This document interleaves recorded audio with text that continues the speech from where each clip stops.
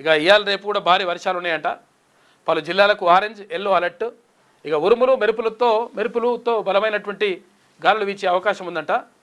రాష్ట్రానికి భారీ వర్ష సూచన ఉన్నదని భారత వాతావరణ కేంద్రం IMD తెలిపింది. ఉపరితల ఆవర్తనం ప్రభావంతో బంగాళాఖాతంలో అల్పపీడనం ఏర్పడిందని పేర్కొన్నది. దీని ప్రభావంతో తెలంగాణలోని పలు జిల్లాల్లో శని ఆదివారం అంటే ఇవాళ రేపు ఆదివారాల్లో భారీ నుంచి అతి భారీ వర్షాలు కురిసే అవకాశం ఉందని వెల్లడించింది. ఉరుములు మెరుపులు ఈదురుగాలులతో వర్షాలు కురిసే ఛాన్స్ ఉన్నదని తెలిపింది. శనివారం నిర్మల్, నిజామాబాద్, కామారెడ్డి, మెదక్, సంగారెడ్డి జిల్లాలకు ఆరెంజ్ అలర్ట్ కూడా జారీ చేసిందంట. ఇవాళ రేపు భారీ వర్షాలు ఉన్నాయంట, జాగ్రత్తగా ఉండండి. ఎందుకంటే ఎక్కడ కుండపోత వర్షాలు వస్తాయో అర్థమవుతలేదు. క్లౌడ్ బరస్ట్ అని చెప్పేసి అప్పుడు కాక అని చెప్పిండు, కానీ ఇప్పుడు క్లౌడ్ బరస్ట్ నిజంగా జరుగుతున్నది. అప్పుడు కేసీఆర్ అని చెప్పిండు ఇది క్లౌడ్ బరస్ట్ అయిందని.